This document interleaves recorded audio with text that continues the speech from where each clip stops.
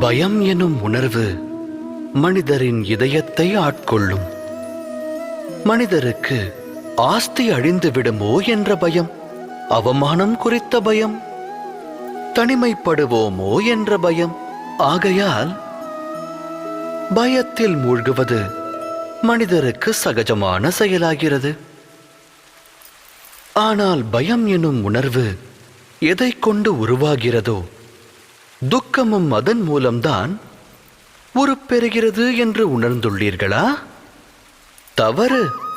அது அடிப்படையில் உண்மையல்ல. மனிதனின் அனுபவத்தை கொண்டு கூறுகிறேன். பயத்தை ஒருவன் வெல்வதனால் எதிர்கால துக்கத்தை வென்றுவிட முடியாது. ஆனால் பயம் வரவிருக்கும் துக்கத்தினை அறிவுறுத்தும் கற்பனை மட்டுமே. ஆராய்ந்து பார்த்தால் இரண்டிற்கும் எச்சம்பந்தமும் இருக்காது. இந்த உண்மையை உணர்ந்த பிறகும், பய உணர்வு கற்பனை மட்டும்தான் என்று அறிந்த பிறகும், அந்த உணர்விலிருந்து விடுபட்டு பயமற்று வாழ்வது சாத்தியமான ஒன்றா? சிந்தித்து செயலாற்றுங்கள்.